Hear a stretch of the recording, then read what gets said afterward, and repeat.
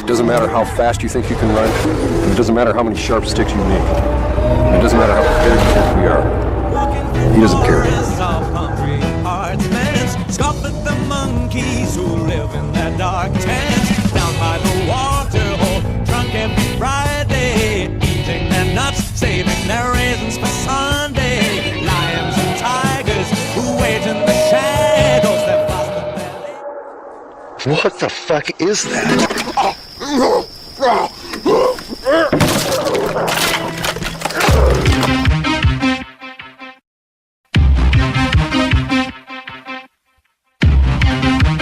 What? Whoa.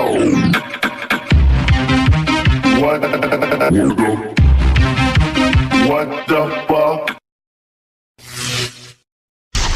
They have 3 different stories. We've had it to the point where we've almost been chased off. But all say they've either seen I've never, ever been so terrified in my life. or heard what they believe to be Bigfoot. I've heard crazy, crazy noises. Scott Lucas says those sounds are coming from behind his home in Deering, and now he won't walk back there without his shotgun. I heard a noise that was so hideous and loud, and it was not a cat, it was not a fisher cat, it was not a bobcat, it was loud and demonic, and at the end it went.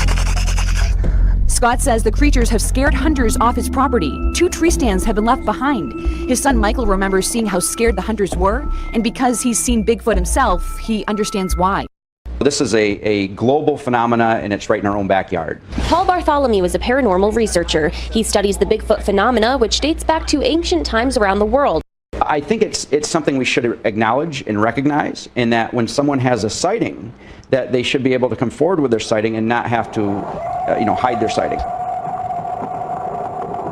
There was no neck at all, absolutely no neck, and they were huge, furry things, and I mean, you could see the fur, and the strides they took were amazing. It's just really weird because we don't know quite what to make of it. Both were contacted by Animal Planet's show series Finding Bigfoot. Scott and Michael showed up for a town hall meeting last year in the North Country to discuss their Bigfoot encounters, and they weren't alone. 500 people in New Hampshire, these were all regular people that said, oh, yeah, I saw it.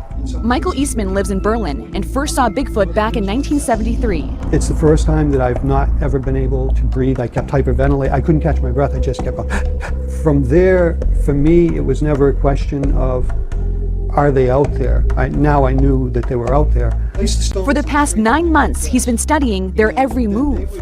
Pretty much any range that I've ever been in, I've come across either signs of them or the actual beings themselves. I know that they're real. I mean, I've got things that they've touched. He has several photos of their markings in the woods. They'll twist the tree and then they apply pressure to it, pushing down on it, and it causes all these stress fractures. He has a hair sample and 17 hours of audio. He puts voice recorders inside these painted paper containers to camouflage them. He says Bigfoot talks in a click-pop language. He's recorded them during the day and at night.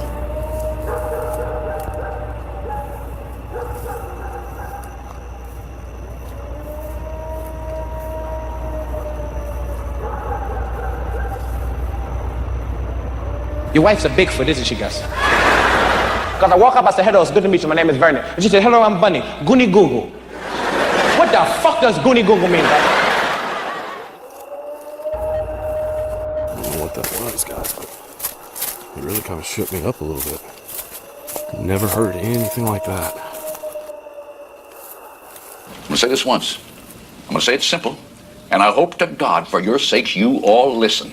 There are no abominable snowmen. There are no Sasquatches. There are no big feet. Told I'm on drugs. I'm just totally bat crap crazy. But I've got thick skin. I know that I want to go out and help these people that have had these encounters. And McDonald promises he will continue to search and hunt until he can prove that Bigfoot is real.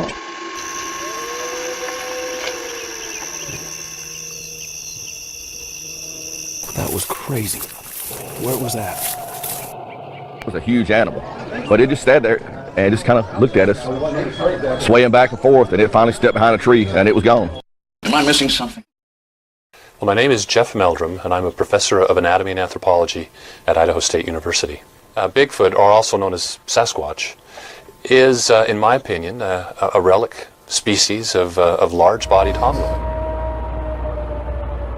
There's a variety of opinions as to what its nature is, and I think those will ultimately be resolved once the species is studied and identified. Bigfoots, Yetis, whatever you want to call them, Sasquatches, man of the woods, the ape man. Yeah, we get kind of aggravated and bored sometimes because we can't get nowhere with our material. Well, people won't believe you. I've sent stuff into Discovery Channel, I've sent stuff into Current Affairs, I've sent stuff into National Geographic. I don't get no reply back.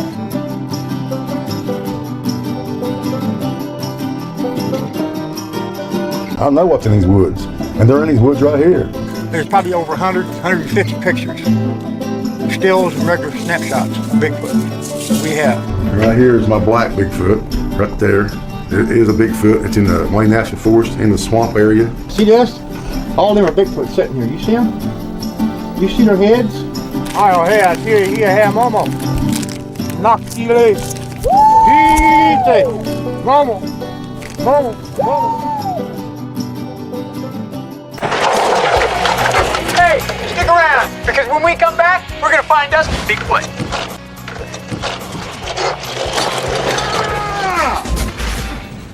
What? My working hypothesis, my null hypothesis, is that we're dealing with a very large terrestrial and, in this case, bipedal primate species that only resembles us superficially in its habit of walking on two legs. To be a nuisance animal that's coming up and scaring people, beating in their houses, killing their dogs, their livestock. We know people who have lost cows.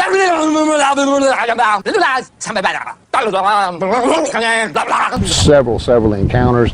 I had one rush me. Another good hotspot area over here, southwestern meridian, south of Forest. Well, I grew up in the Pacific Northwest, and as such, I was aware of the traditions and the stories, the lore surrounding Bigfoot or Sasquatch, and but it wasn't until 1996 when, as a professional anthropologist and biologist, I was brought up face to face with a long line of very impressive footprints, and the persuasiveness of that trace evidence was what really set the hook and motivated me to look into this mystery, into this question more fully. How large this footprint is? It's huge. It's big. It's a big foot. You get it? The prospect of there being an unknown, a mysterious, legendary ape that resembled us in its habit of walking on two legs raised all kinds of interesting questions as to what its relationship to the human family is and how it might have played a role in our own prehistory. Well, I'm often asked why I believe in Bigfoot, and my response is that I don't.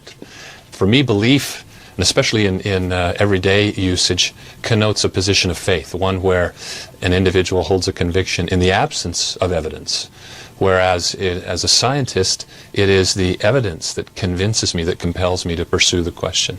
On the basis of that evidence, I'm quite convinced that there's a very high probability that some as yet unrecognized species of primate exists in the mountainous forests of the western United States and Canada. Frank Sysensky has dedicated his retired life to the study. I set up a game camera on my apple tree because I wanted to find out what was eating all the apples on my apple tree, and I set it up for a week. And when I took it down, this is the first thing that we saw on our computer. And both my wife and I said, what in the world is that? Sysensky says he went to Vermont's head biologist to get more information on the creature in the photo. I showed him this picture, and he said it was an owl. But I don't think owls go 500 pounds. The accumulating evidence, short of the definitive type specimen, the body or bone or some piece of evidence that irrefutably establishes the existence of an unknown species. Short of that, I think the evidence continues to mount in a very compelling way that there is a population of very rare and elusive relic primates here in North America. Well, as a large hominoid, or a member of the superfamily Hominoidea, which includes us and all the other apes, the other great apes, Sasquatch looks, well, the simplest way to put it, it looks kind of, to me, it looks like a gorilla with long legs. It has that massive body build. It has the deep-set jaws of a primate adapted to what we call durophagy. That is, they feed on rather tough, hard objects out in the environment. This mythological beast was engineered by the French. Fuck, I was so blind to not see it before. It was designed by the French in the early 50s to kill American people. What? Well, skeptics who compare the the search for Sasquatch or Bigfoot to looking for the Tooth Fairy, or the Easter Bunny has been a popular one around here. Honestly, I actually have very little to say to them because their position, their pronouncements all too clearly reveal their unwillingness to be objective and open-minded in the consideration of the evidence. I find that those who are the most dogmatic in their opinions are usually the least informed, and that's typically the case of the ideological skeptics. Skepticism is one thread in the tapestry of science, or you might say one key on the keyboard of a piano. And if all you do is pound that one key, or you pull on one piece of thread in the fabric, you'll spoil the tapestry. I approach the subject as objectively and as skeptically as is reasonable under the circumstances, and I've never professed to accept the existence of this creature on the basis of inconclusive evidence. Debunking the Payson Bigfoot sighting. A video shot near Payson allegedly shows a Sasquatch walking through the forest.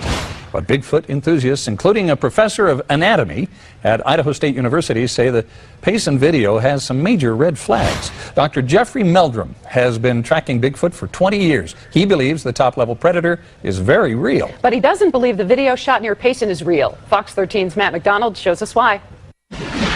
Dr. Jeffrey Meldrum studies footprints. The hook was really set for me as far as my research interest in 1996 when I witnessed some tracks in southeastern Washington. These are the prints he saw, and you could say he's been on Bigfoot's track ever since. This is an example of a footprint that was cast in 1964. On Monday, this video surfaced of a possible Bigfoot sighting near Payson. Freeze it right here. The face is very shiny, and the edge between that shiny face and the surrounding hair is very, very sharp, which smacks of a cheap fabricated costume. Other red flags for Meldrum: the way the creature moves, the fact that it took a year for this video to surface, and the lack of any other evidence, like pictures of footprints left behind. There's no place you're going to go find a Bigfoot community. They're all just passing through from Logan, clear across the tops of the mountains, clear down into Provo, which is where that one was, and down in through Payson. Dave Carver has been interviewing Bigfoot witnesses in Utah for years. On the Payson video, it could easily be real. It could easily not be real. But I don't want to call people fakers, because if you do that enough, then nobody will send you information, and pretty soon you'll lose real things. He is also questioning the lack of supporting evidence, but he's not questioning his own beliefs. I know what I know what I've seen, and I don't need any more. It's these bipeds, these unknown bipeds, are as real as can be. I'm convinced these creatures, while they very likely exist, are extremely rare. They're large animals, top predators, so there just aren't that many of them out there in the environment. With 250 casts from footprints like this in his office, Meldrum believes the legend is real. Guys, are people really going to think this is real? People will believe it is real if you make them believe it is real. So put the head on, walk and swing your arms, and act like you're extinct. Yeah, okay.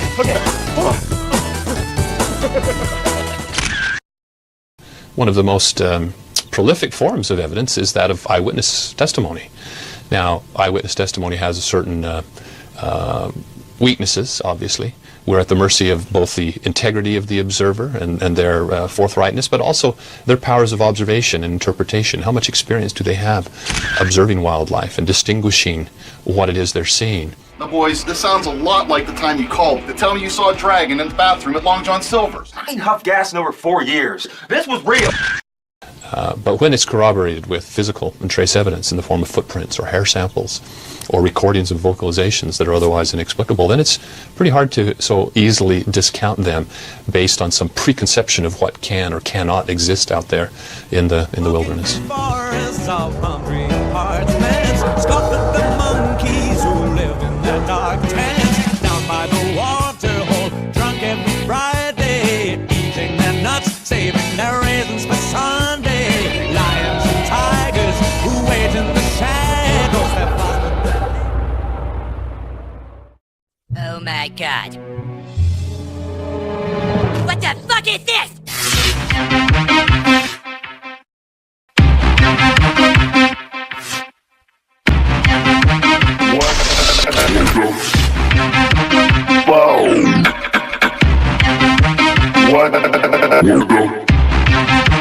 What the fuck?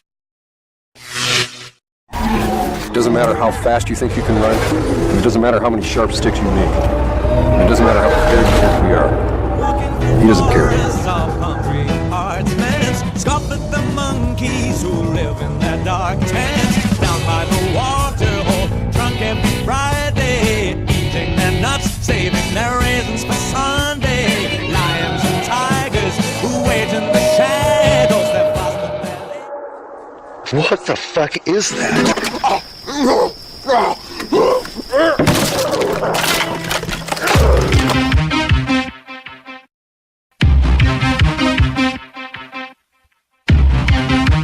What the fuck?